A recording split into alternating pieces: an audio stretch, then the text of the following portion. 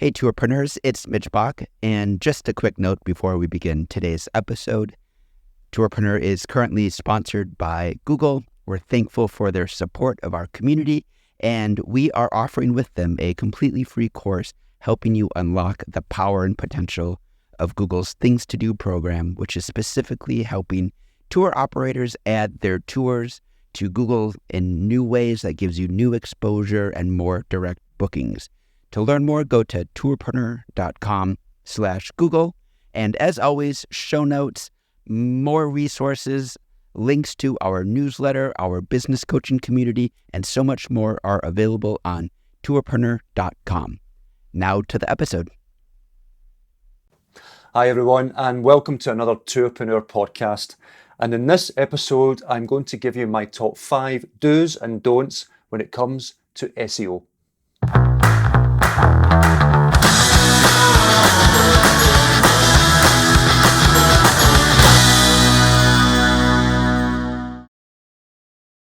I'm going to start with a do, and that is to make sure that your site is optimized for speed. Now, a site should fully load within around 3 seconds, quicker if at all possible. Now, that does depend on the various plugins that you could be using on the website, or things like chatbots. You could be using a background video. You could be using a review widget that pulls in reviews dynamically. All these things add weight to a page. So there's always a balance of site speed and usability. Now, don't try to strive to have a 100% speed rating on your website, because if you do, you've got a good chance of your website not functioning or having the things on it that you really need to make sure you have an operational business. But what you really want to do is at least get to 90% and above. So make sure your website is fast, make sure the website is optimized in the right way, as it is an important ranking factor. Now, caching your website you can do through various things. If you have a WordPress website, I recommend either the Lightspeed plugin, because that really depends on your server. So there's a Lightspeed plugin, or the W3 Cache plugin. There are others, but that's the two that I recommend. You should also use what's called a content delivery network. That is a CDN. Cloudflare is one of the industry standards. If you use a CDN, that allows you to have your website hosted on multiple servers across the world, making your website faster to the end user in that country. It offers more firewall capabilities, but also offers many speed improvements. So you're able to cache your website, minify the code on your website using Cloudflare without having to touch an ounce of code on your website. So have a CDN if you want to make sure your website is secure, but also fast. Another thing you can really be doing is making sure your images are compressed. Now, compressing images is one of the main factors for a website running slow, as larger images take longer to load. One plugin, again, if you're using a WordPress website, that I recommend is a plugin called Smush Pro. Now, you do get a free version of Smush, but I would pay for the Smush Pro because it gives you additional benefits. And what this does is that it compresses your images as you upload them into WordPress, but also can convert your images into what's now called the WebP format. This is a new format that allows your images to be even smaller, but still look high quality on your website. So use the Smush Pro plugin to allow your website to be faster. And again, by using a CDN, it allows you, as I say, to minify your code.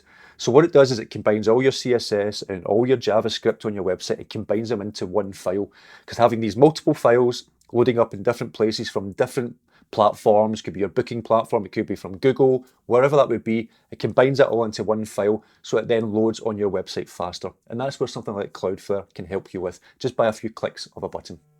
And the last thing I would say is to limit as many of your redirects as possible. Now, redirects are really important, especially if you have had an old website and you're rebuilding a new website and some of those URLs have changed. You want to make sure that those old URLs go to the new URLs. But if you have lots of them, and I mean like hundreds of them, and I have came across that before, it can slow down your website a little, because it takes a little bit of time, that little fraction of a second, for Google to know that that used to be the page, now you're going to this page. So try to limit the redirects as much as you possibly can. So there's just a few things that you should be doing on your website to make sure it is faster. I am now going to come on to my top don't, and that is to stay away from these link building farms.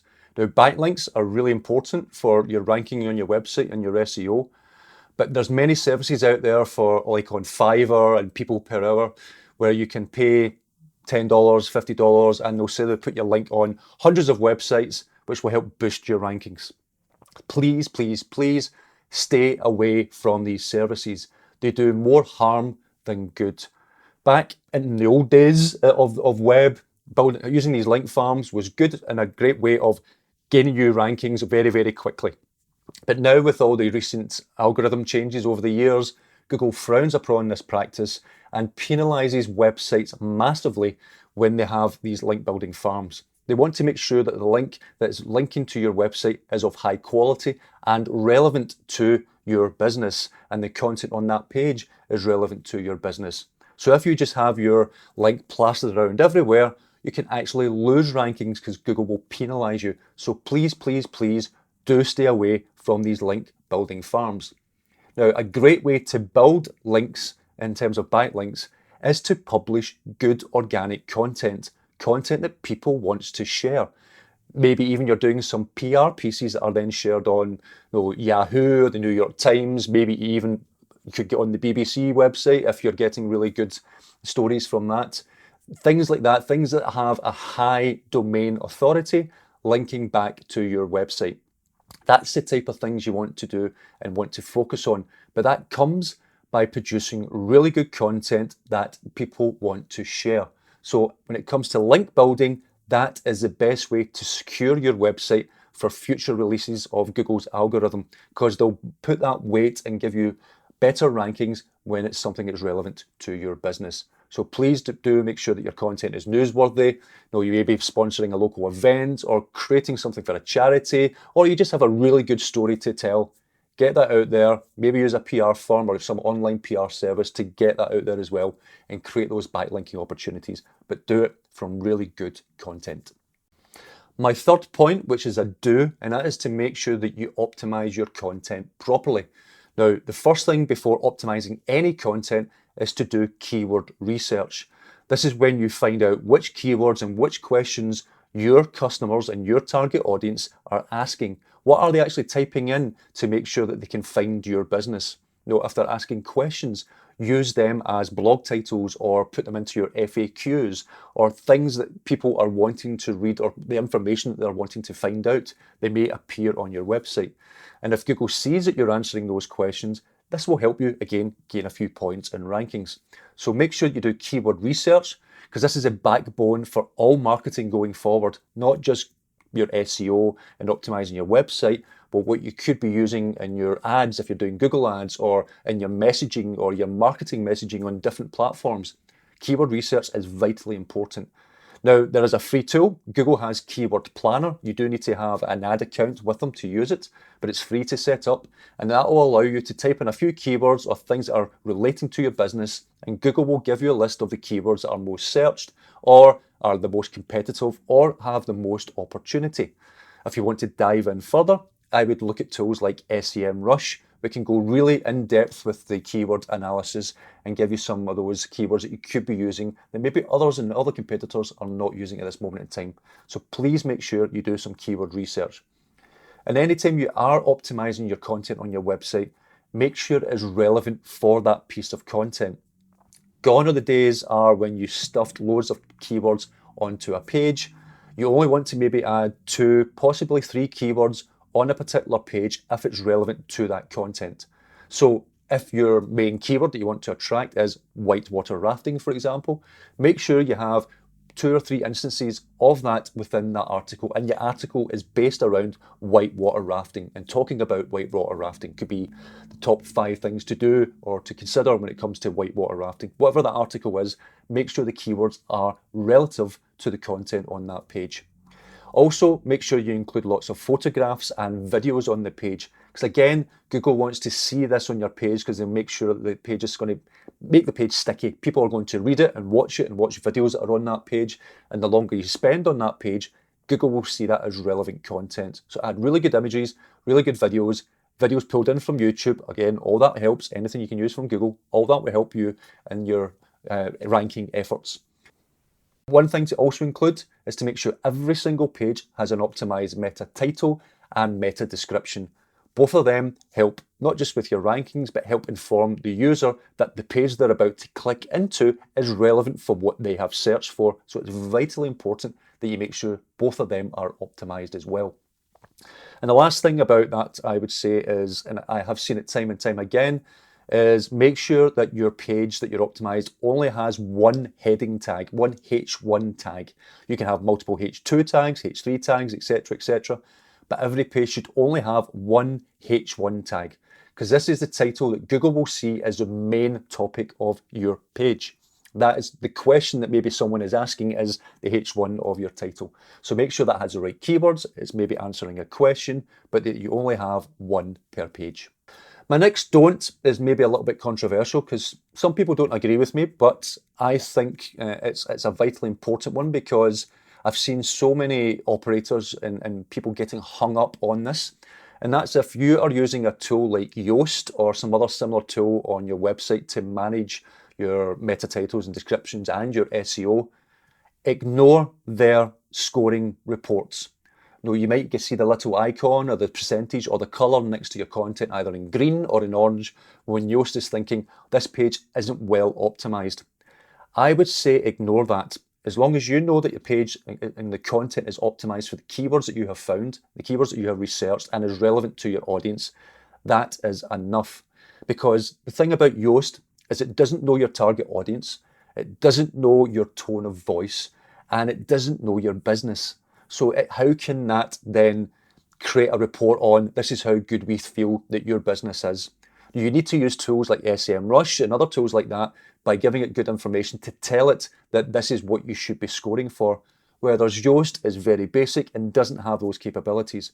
So I would say to most extent, ignore that scoring. Use it as a guide to maybe think about pages that you want to check just to make sure, but don't get hung up in the scoring and try to make sure you get green. Just make sure that the keywords and the content on the page is relevant to your audience and relevant to what Google wants to see. Google, at the end of the day, is king here, not companies like Yoast. And my next do ties in with the keyword research and the content that you produce, as well as the questions you may answer. Now, if you are having posts or FAQs or things like that where you're answering people's questions, make sure you set up that page in a really clean, logical way that is free from lots of code, etc. And if your website is built in the right way, this will help.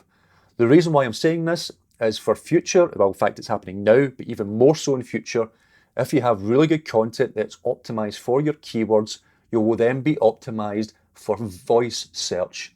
A lot more people are talking to Alexa or talking to the Apple HomePod or whatever that may be and asking it questions and then having those questions come back about a particular topic. So this all comes from the content that you put on the page. Make sure it's clean, it's relevant, and that's the way it is found on your Google rankings. So make sure that the content you produce is answering those questions. Now, for example, if I was to talk to my Apple HomePod and say, what are the best bars in Boston? Or what is the best things to do with my kids in New York City? Those are the sort of questions you maybe want to answer on your website, and it has a really good chance of it ranking well because you're answering those questions for the consumer, as well as, and that will then help you come up on voice search as well. So voice search is big just now, but it's going to become indispensable in the future, even more so in the next few years. So make sure any content you produce will work better and work cleanly and work really well with voice search. So those are just some of my top do's and don'ts when it comes to SEO. Obviously, SEO is a vast topic that we could be talking hours on, and there's many different facets that we could be discussing. And we will be going into more in depth with our Tourpreneur sprints, as well as future podcasts and other articles as well. But look at those do's and don'ts. See if you are optimizing your content or you are thinking about your site speed or whatever that may be. Look at those do's and don'ts. Make sure you are or are not practicing in any of those things. And if you are, implement those changes, or like, for example, link building, stop that now. And then there's ways of telling Google to then take those, what we would call toxic backlinks away. So have a look at what you're doing. And I hope those do's and don'ts will maybe shed in some light on how you can rank better with companies like Google.